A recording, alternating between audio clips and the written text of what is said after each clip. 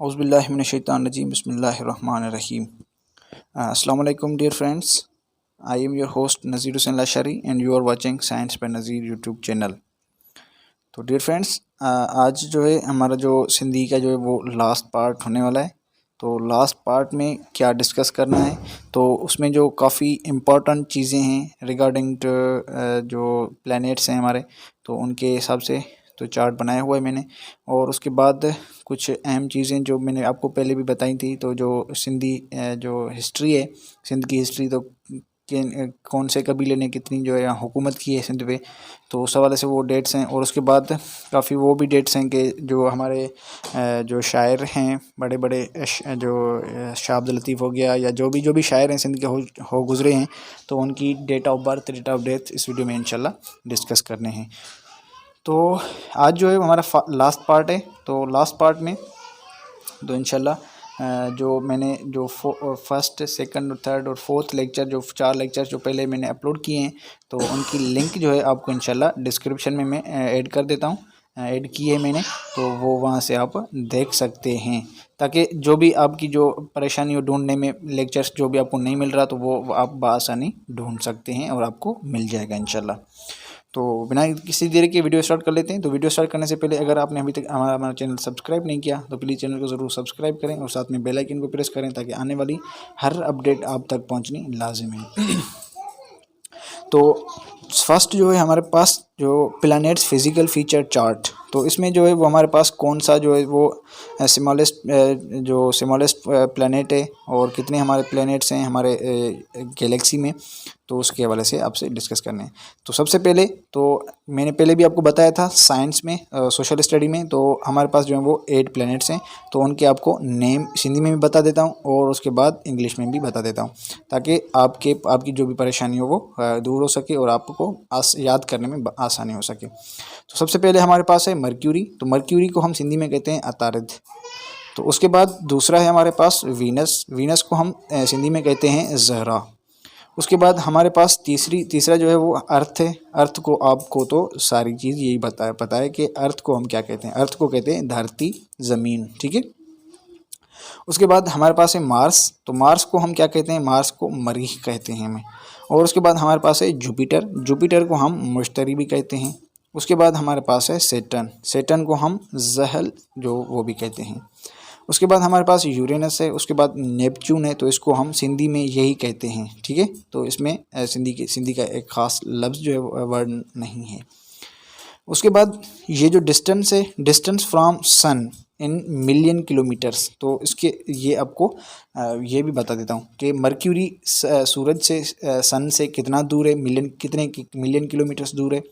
और जो वीनस है, ज़हरा जो प्लेनेट है, वो कितना दूर है, अर्थ जो है वो कितना दूर है। तो इसके हवाले से ये नंबर वाइज आपको बताता चलता हूँ, ताकि आपको आसानी हो सके। तो सबसे पहले हमारे पास है मर्क्यूरी। मर्क्यूरी जो है 58 मिलियन किलोमीटर्स की दूरी पर है सूरज से। उसके बाद हमारे पास है वीनस। वीनस जो है हमारे पास 110 मिलियन किलोमीटर्स की दूरी पर है सूरज से। उसके बाद हमारे पास है अर्थ, जो हम उसको धरती भी कहते हैं। तो अर्थ जो है हमारे पास जो है वो 149 मिलियन किलोमीटर्स की दूरी पर है। उसके बाद हमारे पास है मार्स। मार्स जो कि हम उसको मरीख कहते हैं। तो मरीख कितनी दूरी पर है, मरीख जो है वो 228 मिलियन किलोमीटर्स की दूरी पर है, सूरज से इतना दूर है। उसके बाद हमारे पास है जुपिटर। तो जुपिटर जो है वो 780 मिलियन किलोमीटर्स की दूरी पर है। उसके बाद हमारे पास है सेटर्न, जिसको हम ज़हल कहते हैं। वो कितना दूर है, वो 1430 मिलियन किलोमीटर्स की दूरी पर है। उसके बाद हमारे पास है यूरेनस। तो यूरेनस जो है वो हमारे पास कितनी दूरी पर है, यूरेनस है 2870 मिलियन किलोमीटर्स, ये बहुत दूर है। उसके बाद हमारे पास है नेपच्यून। नेपच्यून जो है वो 4500 मिलियन किलोमीटर्स जो है वो इतना दूर है हमारी सूरज से, ये प्लैनेट्स। तो ये थी हमारी दूरी, जो कितना कितना जो दूर है। उसके बाद हमारे पास है डायामीटर। तो डायामीटर जो है कि कौन से प्लेनेट का कितना डायमीटर है, तो वो भी आप बआसानी याद कर सकते हैं। ठीक है, तो उसके बाद डायमीटर जो है वो मर्क्यूरी का कितना है, मर्क्यूरी का डायमीटर जो है किलोमीटर्स में है। ठीक है, ये मिलियन किलोमीटर्स में नहीं है, ये किलोमीटर्स में है। मर्क्यूरी का जो है वो 4900 किलोमीटर डायमीटर है। उसके बाद वीनस है, वीनस का जो है वो 12,100 किलोमीटर्स है। उसके बाद हमारे पास अर्थ है, अर्थ का जो डायमीटर है वो 12,756 डायमीटर है। उसके बाद मार्स है, उसके बाद मार्स का कितना है, मार्स का है 6,880 किलोमीटर्स। तो ये कुछ इंपॉर्टेंट है, अगर आप जो है वो दूसरे भी याद करना चाहें तो याद कर सकते हैं, लेकिन इनका इतना रोल नहीं है। उसके बाद हमारे पास है period of revolution of earth time, earth के मुताबिक के टाइम में जो रिवोल्यूशन पीरियड है वो अब वो कितना कितना है। तो मैं आपको बताता चलूँ कि ये जो बात है ना कि ये इसमें कुछ खास हैं, वो आपको मैं बता देता हूँ ताकि वो आपको याद करने हैं। ठीक है, तो सबसे पहले हमारे पास है मर्क्यूरी। तो मर्क्यूरी की जो रिवोल्यूशन पीरियड मतलब जो हमारे पास जो 1 ईयर कंप्लीट होता है, तो उस हवाले से तो मर्क्यूरी कितने टाइम में कंप्लीट करती है एक रिवोल्यूशन। तो 1 रिवोल्यूशन जो है वो यानी 1 ईयर जो है वो 18 डेज़ में, 88 डेज़ में, ठीक है, 88 जो हमारे पास 88 डेज़ हैं उनमें कंप्लीट कर देता है। उसके बाद हमारे पास है वीनस जो ज़रस जो है उसको वो जो है वो 225 डेज़ में कंप्लीट कर देता है। उसके बाद जो अर्थ है, अर्थ जो है वो 365.25 डेज़ में कंप्लीट कर देता है एक रिवोल्यूशन, यानी 1 ईयर कंप्लीट होता है। उसके बाद मार्स है, मार्स 637 डेज़, ठीक है, तो ये हमारे पास ये डेज़ में कंप्लीट कर देता है। उसके बाद जुपिटर है, उसके बाद सेटर्न है, उसके बाद यूरेनस है, उसके बाद नेपच्यून है। तो ये आप याद कर सकते हैं, लेकिन ये जो है इम्पोर्टेंट नहीं है, कुछ खास इतनी इम्पोर्टेंट नहीं ये, लेकिन आप याद करना चाहें तो याद कर सकते हैं। मेरे ख्याल से यही इम्पोर्टेंट है, क्योंकि ये जो है ना वो अर्थ के हमारे पास हमारे अर्थ के करीब करीब है, तो यही आ सकते हैं, ये दूसरे नहीं आएंगे।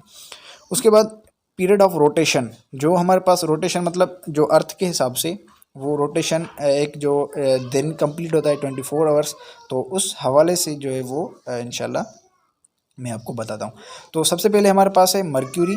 तो मर्क्यूरी जो है एक रोटेशन जो है मतलब जो यहाँ पे अर्थ पे जो 24 आवर्स होते हैं एक रोटेशन में, तो वो रोटेशन कितने टाइम में लेता है, तो वो रोटेशन 59 डेज़ में एक रोटेशन कंप्लीट करता है। उसके बाद हमारे पास है वीनस। तो वीनस जो है वो हमारे पास 243 डेज़ जो है वो 1 रोटेशन कंप्लीट करता है। तो अर्थ जो है वो अर्थ करता है 24 आवर्स में, जैसा कि आपको पता है। उसके बाद मार्स है। तो मार्स कितना टाइम लेता है एक रोटेशन में, मार्स जो है वो 24 आवर्स 40 मिनट्स जो है वो लेता है एक रोटेशन कंप्लीट करने में। ठीक है, पहला क्या था, वो रिवॉल्यूशन था, जो हमारे पास ईयर होता है, एक ईयर एक साल होता है, और दूसरा जो है रोटेशन है। रोटेशन में क्या होता है, एक दिन यानी 1 डे। ठीक है, तो मेरे ख्याल से तो यहाँ पे जो है वो यही इंपॉर्टेंट है मार्स तक। जुपिटर का अगर याद करना चाहें तो याद कर सकते हैं, लेकिन सैटर्न का भी याद करें, यूरेनस का भी याद करें, नेपच्यून का भी याद करें, ये सारे याद करें, लेकिन कुछ जो है वो आपसे मिस्टेक्स हो सकते हैं, क्योंकि ये जो है ना वो एक दूसरे से मिले जुले हुए हैं, तो इसलिए मेरे ख्याल से तो 4-5 तक याद करें काफ़ी है। उसके बाद मर्क्यूरी की जो प्रोमिनेंट फीचर्स हैं, तो इनकी जो खूबियाँ हैं, तो ये सबसे स्मॉलेस्ट जो है वो प्लेनेट है, तो ये इंपॉर्टेंट है।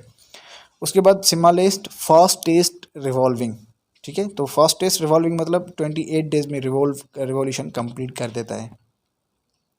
उसके बाद हमारे पास है वीनस। वीनस जो है वो हॉटेस्ट प्लैनेट है। तो ये सवाल अगर आपके जहन में पैदा हुआ हो कि जो मर्क्यूरी है वो सन के करीब करीब है, तो वो हॉटेस्ट क्यों नहीं है, वीनस जो है वो हॉटेस्ट क्यों है, तो ये बात आप अगर जहन में रखें। जो मैंने बुक में पढ़ी, तो वो बुक में क्या हुआ कि बुक में ये लिखा हुआ था कि ये जो हॉटेस्ट है, हॉटेस्ट इसमें ये इतना मटेरियल मेटालिक का बना होता है, तो उस मेटल में इतनी सलाहियत होती है कि वो टेम्परेचर को जल्द से जल्द हीट जज़ब कर लेता है, तो इसलिए जज़ब करने के हिसाब से वो हॉटेस्ट कहलाता है। ठीक है, उसके बाद है हमारे पास अर्थ। अर्थ जो है वो हेवीएस्ट प्लैनेट है, ठीक है। तो उसके बाद हमारे पास मार्स। मार्स जो वो रेड प्लैनेट है। उसके बाद बिगेस्ट जो है जुपिटर हमारे पास बिगेस्ट प्लैनेट है। फास्टेस्ट रोटेटिंग है। फास्टेस्ट रोटेटिंग मतलब हमारे पास जैसे हमारे पास जो अर्थ पे जो 24 आवर्स में रोटेशन कंप्लीट करती है, तो इस हवाले से जुपिटर जो है वो फास्टेस्ट रोटेटिंग है। तो फास्टेस्ट रिवॉल्विंग कौन है? फास्टेस्ट रिवॉल्विंग जो है वो मर्क्यूरी है। तो और फास्टेस्ट रोटेटिंग कौन है? वो जुपिटर है। तो ये मेरे ख्याल से तो ये जो है वो अब तक मेरे ख्याल से यही काफ़ी हैं। अगर आप याद करना चाहें कोल्डेस्ट कौन सा है तो वो भी याद कर सकते हैं। कोल्डेस्ट प्लेनेट कौन सा है? वो नेपच्यून है हमारे पास। और स्लोएस्ट भी वो नेपच्यून है, स्लोएस्ट रिवॉल्विंग वो नेपच्यून है, ठीक है।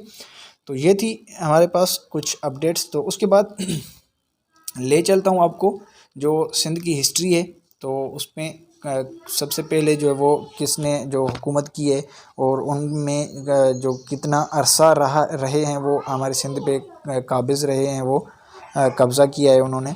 तो सबसे पहले हमारे पास आता है अरब डेंसिटी। अरब कबीला जो है वो उसने कब से हमारे पास जो सिंध पे जो हुकूमत की है वो है 712 में, 712 में उन्होंने सिंध को फ़तह किया और सिंध पे हुकूमत करना शुरू की। वो 1026 26 ईयर्स तक जो है वो रहे। टोटल कितना अरसा हमारे सिंध में रहे?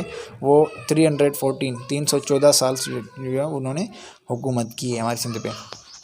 उसके बाद हमारे पास है गजनवी डेंसिटी। गजनवी जो कबीला था तो उनने सिंध फ़तह की किन से? अरब से फ़तह की। तो अरब जो वो 1026 से लेकर 1050 तक, तो उन्होंने गजनवी जो है वो कितना अरसा वो हमारे सिंध पे काबिज़ रहे, हुकूमत की उन्होंने।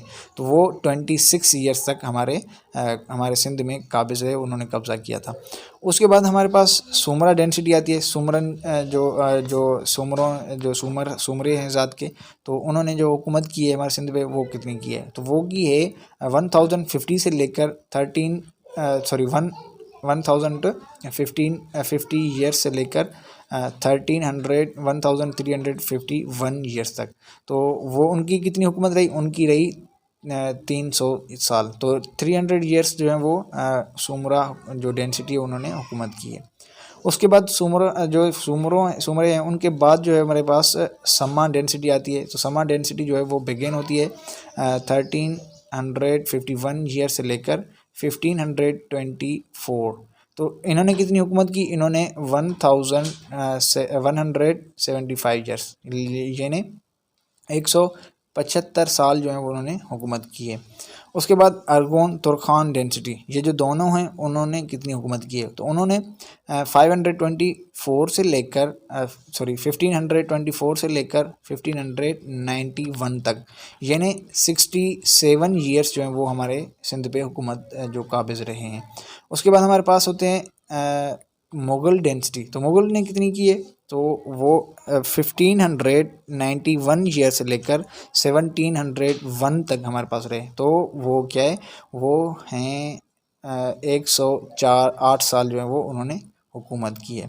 उसके बाद हमारे पास आते हैं कलोड़ा डेंसिटी। तो 7 नंबर पे, तो 7 नंबर पे 1701 से लेकर 1783 ईयर्स तक जो है वो 82 ईयर्स जो है वो उन्होंने हुकूमत की है।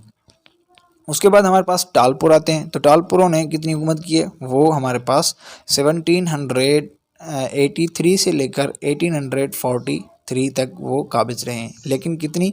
60 यानी 60 साल हुकूमत की है उन्होंने। उसके बाद हमारे पास ब्रिटिश रूल आता है। तो ब्रिटिश रूल कितनी हुकूमत की है? तो 1843 ईयर से लेकर 1947 तक। तो जो ब्रिटिश, जिसको हम अंग्रेज़ भी कहते हैं, अंग्रेज़ों ने कितनी हुकूमत की है? वो 104 साल जो है वो हुकूमत की है। तो ये थी हमारे पास जिसने जो हमारे सिंध पे काबिज़ रहे हैं, जिन्होंने कब्ज़ा किया है, जितने हुकूमत की है, तो ये हमारे पास ये थी टेबल। तो इनमें से सबसे ज़्यादा से ज़्यादा जो हुकूमत की है वो की है हमने हमारे सिंध पे जो है वो अरब ने। अरब जो डेंसिटी अरब कबीला है उन्होंने की है। तो उन्हें कितनी की है? 314 ईयर्स, 314 साल तक हुकूमत की है। उसके बाद आते हैं हमारे पास सुमरा। तो सुमरों ने कितनी की, 300 साल तक, यानी 300 ईयर्स तक उन्होंने हुकूमत की है। तो ये अहम सवाल आते हैं, अगर आप इसमें से आपको कोई भी पूछ सकता है सवाल। तो ये थी हमारे पास कुछ सवालात। उसके बाद जो सिंध लिटरेट्स हैं, तो जो हमारे पहले भी मैंने आपको बताया कि कौन सा शायर कौन सी जो कबीले से ताल्लुक़ रखता है, कौन से दौर से ताल्लुक़ रखता है, और उसके बाद इनकी जो है वो आप देख सकते हैं, उनकी जो डेट ऑफ बर्थ है, बर्थ ईयर है, डेथ ईयर है, तो वो भी आपसे पूछा जा सकता है। तो ये ज़रूर याद करना है। तो सबसे पहले हमारे पास आता है काजी कादन। तो काजी कादन कब पैदा हुए? 1493 में पैदा हुए। 1493 ईयर्स में 93 में पैदा हुआ है, और जो उसकी डेथ हुई है कब हुई है? 1551 में। तो वो कौन से दौर से ताल्लुक़ रखता है? वो सम्मान डेंसिटी से ताल्लुक़ रखता है। उसके बाद मिर्ज़ा कलीज बेग, तो वो कब पैदा हुआ? वो पैदा हुआ 1853 में पैदा हुआ, और जो उसकी डेथ है वो कब हुई? 1929। तो वो किस दौर से ताल्लुक़ रखता है? वो मॉडर्न जो जदीद है वो उसमें ताल्लुक़ रखता है। उसके बाद मोहम्मद उस्मान डेपलाई, तो वो कब पैदा हुए? वो पैदा हुए 1908 में। 1908 में पैदा हुए, और 1981 में वो उनकी डेथ हो गई। उसके बाद नबी बख्श बलोच जो है वो 1917 में पैदा हुए, और 2011 में वो उनकी वफ़ात हो चुकी है। वो भी सिंध का एक लिटरेट था, वो शायर था बड़ा। उसके बाद शेख अयाज कब पैदा हुए? शेख अयाज पैदा हुए 1923 में, 1923 में पैदा हुए, और जो उनकी डेथ ईयर है वो 1997 में उनकी डेथ हो चुकी है। उसके बाद हमारे पास उस्ताद बुखारी, जो आप जो भी हैं आप उनको पहचानते होंगे ज़रूर। तो उसके बाद उस्ताद बुखारी 1930 में 1930 में पैदा हुआ, और इसकी डेट ऑफ डेथ जो है वो कब है? 1992 में उनकी डेथ हो चुकी है। उसके बाद गुलाम अली अलाना, तो गुलाम अली अलाना कब पैदा हुए और उनकी डेथ कब हो गई? तो गुलाम अली अलाना 1930 में पैदा हुए। कब? उस्ताद बुखारी के साथ। तो एक डेट तो सेम नहीं है, लेकिन ईयर सेम है, ठीक है। गुलाम अली अलाना 1930 में पैदा हुए, और जो उनकी डेथ हुई तो अभी एक साल पहले उनकी डेथ हो चुकी है 2020 में, ठीक है। 2020 में उनकी जो है वो डेथ हो चुकी है। तो ये कुछ अहम जो लिटरेट्स थे उनकी डेट ऑफ डेथ और डेट ऑफ बर्थ थी, तो ये आप देख सकते हैं। उसके बाद ये जो है सिंधी सेंट्स, जो सिंध के बुज़ुर्ग हैं, उनकी कुछ जो टेबल्स हैं, उनकी जो डेट्स हैं, उनकी ये भी आपको दिखा देता हूँ, आपको सुना देता हूँ, आप याद करें। उसके बाद हमारे पास है शाह अब्दुल लतीफ़ भिटाई। तो शाह अब्दुल लतीफ़ भिटाई कब पैदा हुए? बर्थ ईयर क्या है? 1689, जो हाला से ताल्लुक़ रखता है। उसके बाद उसकी डेथ कब हुई? डेथ हुई 1752, भिट शाह पे डेथ हुई। पैदा कब कहाँ हुए? हाला में, और जो है वो उनकी वफ़ात कब हुई है? 17 कहाँ हुई है? भिट शाह पे। भिट शाह पे अभी भी वो उनकी मज़ार है। और उनका जो पीरियड है, ताल्लुक़ किस दौर से रखता है? वो कलोड़ा डेंसिटी से ताल्लुक़ रखता है। उसके बाद है शाह करीम बुलड़ी। शाह करीम बुलड़ी जो है वो 1536 में पैदा हुए, और 1623 टंडो मोहम्मद खान में वो वफ़ात पा गए। उनकी जो पीरियड है वो कौन से दौर से ताल्लुक़ रखता है? वो रखता है मुग़ल डेंसिटी से, मुग़ल से ताल्लुक़ रखता है। उसके बाद जो है सूफ़ी शाह इनायत जो है वो 1655 में पैदा हुए। 1655 में जोग शरीफ में पैदा हुए, और उनकी डेथ कब हुई? 1718 जोग शरीफ में, जहाँ पैदा हुए वहाँ पे ही उनकी डेथ हो गई थी। उसके बाद मखदूम नूह रहमतुल्लाह अलैह। मखदूम नूह जो है वो उनकी कब पैदाइश हुई? 1505 में, 1506 में उनकी पैदाइश हुई है, और वो हाला में पैदा हुए, और उनकी डेथ कब हुई? 1590 में उनकी डेथ हो गई। कहाँ पे? हाला में। वो कौन से दौर से ताल्लुक़ रखता है, वो भी मुग़ल डेंसिटी से ताल्लुक़ रखता है, यानी मुग़ल दौर से। उसके बाद कलंदर शहबाज जो है वो 1117 में मर्दान यानी ईरान में पैदा हुआ, और जो उनकी डेथ ईयर है 1274 जो है वो उनकी डेथ ईयर है। डेथ कहाँ पे हुई? सेवन शरीफ में, जो अभी भी उनकी जो उनका मकबरा है वो वाज़े है, उनकी जो है वो मज़ार भी वहाँ पे है। उसके बाद सचल सरमस्त कब पैदा हुए? सचल सरमस्त 1739 दराजा शरीफ में पैदा हुए।